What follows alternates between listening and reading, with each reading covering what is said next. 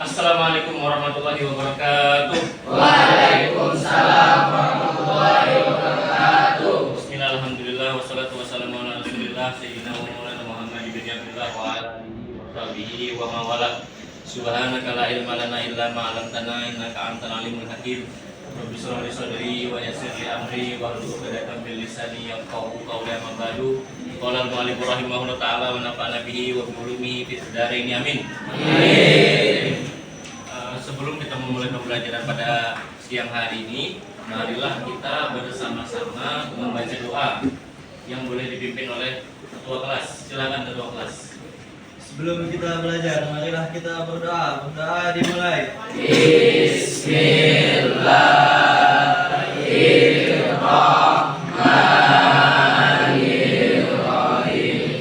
Raditu billahi rabba wa bil islami dina wa bi Muhammadin nabiyya wa rasulah. Rabbi zidna ilma warzuqna fahma. Amin ya rabbal alamin. Baik, Bapak akan mengecek kehadiran kalian dulu. Apakah ada yang tidak hadir pada hari ini? Ada? Ada. Alhamdulillah semuanya hadir ya. Kita doakan mudah-mudahan kita dan kalian semua sehat-sehat saja. Amin. Bagaimana kemarin khotbah Bapak ya? Kemarin di antara hak tubuh kita yaitu seperti diberi makan ketika lapar, diberi minum ketika haus, apalagi dibersihkan ketika kotor dan diobati ketika dia sakit. Nah, kalian harus menjalankan hak tubuh kalian ini karena ini adalah amanah yang Allah berikan kepada kita semua. Mudah-mudahan kita sehat-sehat terus. Terlebih lagi kalian yang akan mendekati kelulusan ini. Mudah-mudahan kalian setelah dari sini kalian akan menemukan tempat yang lebih baik atau kembali ke sini lagi dalam keadaan yang lebih baik lagi ya Allah. Amin. Yang mau melanjutkan ke sini alhamdulillah, yang mau lanjut ke luar juga alhamdulillah, tapi jangan lupa teruskanlah kalian belajar dan amalkan apa yang pernah kalian dapatkan di sini ya. Jangan sampai ketika kalian di luar lulus lanjut keluar terus kalian melupakan apa yang kalian dapat di sini. Lupa dengan cara sholat lima waktu, lupa dengan apa bacaan-bacaan yang sering kalian baca dan lain-lain itu. Pokoknya harus kalian terapkan apa yang kalian amalkan, apa yang kalian pelajari di pondok kita tercinta ini. Baik. Tadi sudah ada yang absen dan turun semua alhamdulillah. Kemudian Bapak ingin mengulang materi kita pada pertemuan sebelumnya. Kemarin kita ada membahas tentang bab kalam. Di sini adakah yang bisa menjelaskan Bapak apa itu kalam dengan satu kata saja? Siapa? Siapa yang bisa? Sadik? Kalam adalah kalimat yang mengeluarkan suara dari mulut. Oh, mengeluarkan suara dari mulut. Apalagi kira-kira? Apa Ar? Kalam itu lafaz yang tersusun dari kalimat bahasa Arab. Oh iya. Kalam itu kalau redaksi kita ambil dari Jurmiyah kemarin apa ya? Al-kalamu wal lafzul rakabul mufidu bil wadani. Oke, kalam adalah lafaz yang tersusun yang memberi faedah dalam bahasa Arab. Nah, ini adalah redaksi yang kita ambil dari kitab Jurmiyah. Berarti kalam memiliki nanti ada namanya 3 pembagian, yaitu isim, fi'il, dan huruf. Sebagaimana apabila kita membaca Al-Quran, membaca hadis atau perkataan ulama-ulama atau perkataan para penyair, itu tidak jauh dari 3 hal ini. Kita membaca Al-Quran kah, membaca hadis kah, atau membaca perkataan ulama, pasti tidak jauh dari 3 hal ini. Ya kan, ada isim, ada fi'il, dan ada huruf. Nah, masing-masing di antara mereka pasti ada memiliki tanda, ya betul. Apa tandanya lafaz? Tanda isim, satu saja. Kurang tepat. Siapa lagi yang bisa menjawab? Borneo.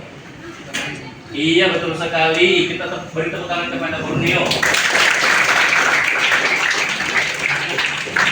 Terima kasih. Kemudian ada tuh yang jadi masalah, misalnya seperti fiil. Fiil itu kayak doroba.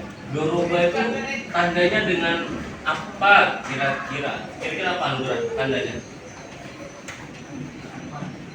bisa dengan kot, apalagi kira-kira ada yang bisa jawab? Kebun tak. Oh iya, dia bisa menerima ta tanis sakinah. Sama seperti ini, seandainya misalnya kot itu tidak ada. Ya, bagaimana tuh cara mencarinya? Tadi kawan kita bilang kata Sadik tadi adalah dengan menerima ta tanis sakinah. Berarti itu menerima tasrifan ya, seperti doroba,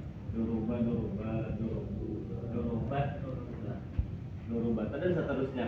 Kemudian kalau fiil yang lain bang sama, mau jalasa ya lo, mau akala, mau kola, mau roma, semuanya selama bisa ditasrifkan menjadi tasrif yang keempat itu yang menerima tatanya sakinah, maka itu adalah tanda bahwa dia adalah fiil. Ini bisa kita analogikan seperti seorang istri yang setia. Istri yang setia adalah mau ada atau tidak ada suaminya, dia akan menjaga marwah dia sebagai istrinya di rumah tangga, yaitu tidak berbicara dengan orang yang tidak dikenal, apalagi sampai selingkuh ya kan. Oh, tidak ada juga suamiku, bisa nggak aku macam-macam nih.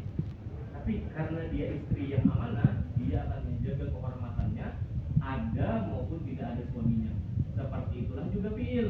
Fiil ada kot atau tidak, dia tetap fiil ya kan. Tambahnya ada kot begitu, jelas itu adalah fiil. Makanya amalkan carilah nanti istri yang seperti sifatnya sifat fiil. Ada atau tidak ada tandanya, dia akan tetap setia menjadi seperti di fiil, menjadi fiil. Kita juga kemarin lo ada kaidahnya lo. Kalau misalnya selagi ada yang zahir, maka kita tidak mengambil yang takdir. Di sini ada zahir kan? Ada zahir tuh. Mana zahir? Nah, tuh ambillah yang zahir, tinggalkan yang takdir. Ya, salah seperti itu ya kan. Canda di Bang. Oke. Kemudian ada sesuatu hal lagi yang tandanya malah nggak ada, jadi tanda. Apa itu?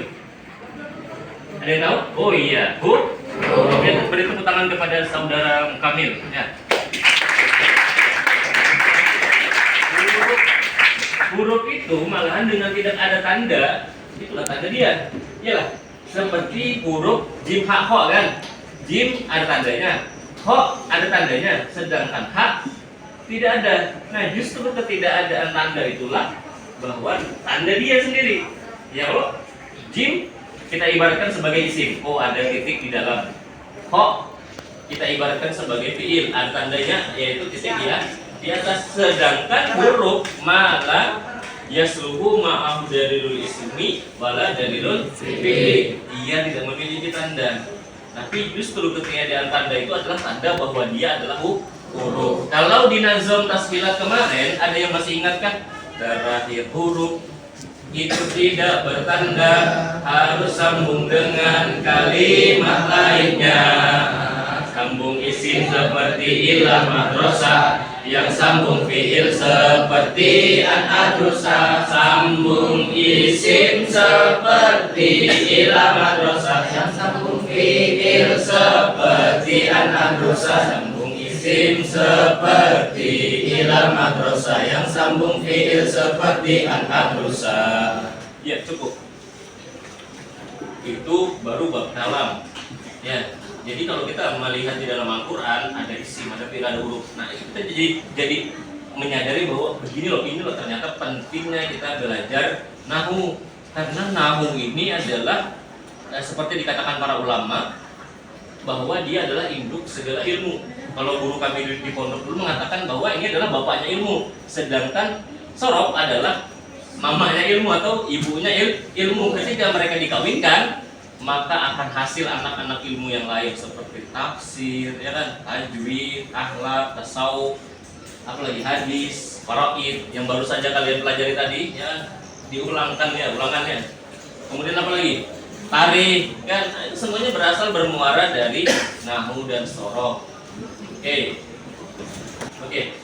Jadi ketika kita menyadari bahwa betapa pentingnya kita belajar nahwu, itulah mengapa di setiap pondok pelajaran pertamanya pasti nahwu dan sorof, karena itu modal awal kita untuk kita memahami pelajaran agama. Bahkan ada ulama yang bisa menjawab pertanyaan orang hanya dengan nahwu. Bapak lupa siapa nama ulamanya, tapi pertanyaannya begini: wahai Syekh, bagaimana engkau ini kan ahli ahli nahu nih, apakah kau bisa menjawab pertanyaan fikih dengan nahu? Kata beliau, apa pertanyaannya? Apakah sujud sahwi, ketika kita lupa sujud sahwi harus sujud sahwi lagi? Ya, ada yang masih ingat pembahasan Bapak ini? Lupa. Nah, jadi kata beliau, ketika sujud sahwi kita lupa, kita tidak perlu sujud sahwi lagi. Kenapa? Karena kaidah dari beliau, al-musaggaru la yusaggaru alaihi. Yang kecil tidak perlu dikecili lagi. Paham? Jadi kalau kita misalnya nih, kita lupa kunut, sholat subuh kan, lupa kunut. Harusnya kita sholat sujud sahwi. Tapi ketika kita lupa sujud sahwi, pakai apa? Apakah sujud lagi? Tidak. Maka sholat kita hukumnya adalah sah. Cuman kekurangan pahala karena kita tidak menambalnya dengan sujud sahwi. Nah, kelupaan sujud sahwi tadi tidak perlu ditambal lagi dengan sujud sahwi. Oleh karena itulah kata beliau, al-musaggaru la yusaggaru alaihi. Yang sudah kecil tidak perlu dikecili lagi. Bagaimana kita lihat beliau bisa menjawab perkara fikih hanya dengan nahu? Mungkin beliau kalau ditanya hal-hal yang lain bisa menjawabnya dengan nahu lagi, pasti bisa. Cuman kita belum menemukan lagi nih kalam-kalam sidin lagi kan. Coba nantilah kalau kalian ada rezekinya, coba carikan Bapak lagi perkataan beliau yang mengenai jawaban dan soal yang berbeda, tapi beliau bisa menjawabnya dengan nahu, ya kurang lebih begitu. Oke, sebelum itu Bapak mau coba bertanya kepada kalian, apakah kalian bisa mencontohkan kepada Bapak kalam itu yang bagaimana menurut kitab nahu kita? Menurut Mutamimah atau menurut Mukhtasar Bidan boleh? Ya apa Sadik, bisakah membuatkan kepada Bapak contoh kalam? Hangat kalam itu bisa terdiri dari dua isim seperti qaimun, zaidun qaimun, Ya. atau bisa terdiri dari fi'il dan isim seperti koma zaidun. Oh, itu betul sekali. Beri tepuk tangan kepada saudara Sadik. Ya, jadi dalam kalam itu sendiri dia sepaling kurangnya harus memiliki dua kalimat. Kata Sadik tadi bisa dari isim dengan isim dan bisa dengan fiil dan isim seperti koma zaidun itu contoh apa? Koma zaidun itu contoh apa itu? Fiil dan isim. Kemudian kalau zaidun qaimun contoh apa itu? Isim bersama isim. Ya, seperti itulah. Ya, dengan begitu kalian sudah tahu bagaimana cara membedakan isim yang mana, fiil yang mana, huruf yang mana, dan kalian sudah bisa membuat contoh kalam. Kalau di dalam Al-Quran nih, contohnya seperti di dalam surah yang kalian hafalkan yaitu at-Thariq contohnya, was-samaa'i wat-Thariq. Nah, ada yang tahu itu contoh apa? Siapa? Aufa jadi kameramen. Siapa? Habibi. Was-samaa'i wat-Thariq itu contoh apa Habibi? Was-samaa'i wat-Thariq.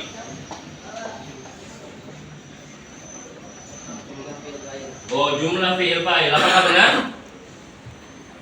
Was-samaa'i wat-Thariq. Masih kurang tepat ya. Apa Syahmi? Was-samaa'i wat-Thariq. Itu adalah contoh. Iya, isim. Was-samaa'i dengan tanda isimnya adalah alif lam. Ya, betul sekali. Berikan tepuk tangan kepada Syahmi. Bagi teman kita yang kurang tepat jawabannya tidak apa-apa. Dia sudah bagus berani menjawab. Itu adalah suatu keberanian yang perlu kita applause ya. Karena tidak semua di antara kita yang berani berbicara kan, tidak berani menyampaikan pendapat kita. Sampaikanlah pendapat kita walaupun masih perlu bimbingan ya. Karena nanti kalau misalnya kita tidak mengeluarkan apa ilmu kita, bagaimana apa yang kita dapat? Nanti ketika kita di luar, pas kita salah di luar tidak ada yang menegur. Kalau di pondok, ketika kita ada berbuat salah, ada guru yang menegur kita. Misalnya, salah kamu nih, soalnya begini salah. Tapi kalau di luar, siapa yang menegur? Ketika kalian salah-salah, misalnya sholat tuh wajib 3 waktu aja Pak. Nah, siapa yang bisa menegur? Nanti akhirnya maulah aliran baru, maulah agama baru, ya, ngaku jadi nabi, ngaku jadi Tuhan, alhamdulillah ini. Alhamdulillah. Oke. Bapak rasa pelajaran kita cukup pada hari ini. Sebelum kita meninggalkan kelas, kita berdoa dulu. Ya, kita berharap kepada Allah Subhanahu Wa Taala mudah-mudahan ilmu yang kita dapat hari ini berkah dan bisa kita amalkan di kemudian harinya. Silakan ketua kelas untuk memimpin doa.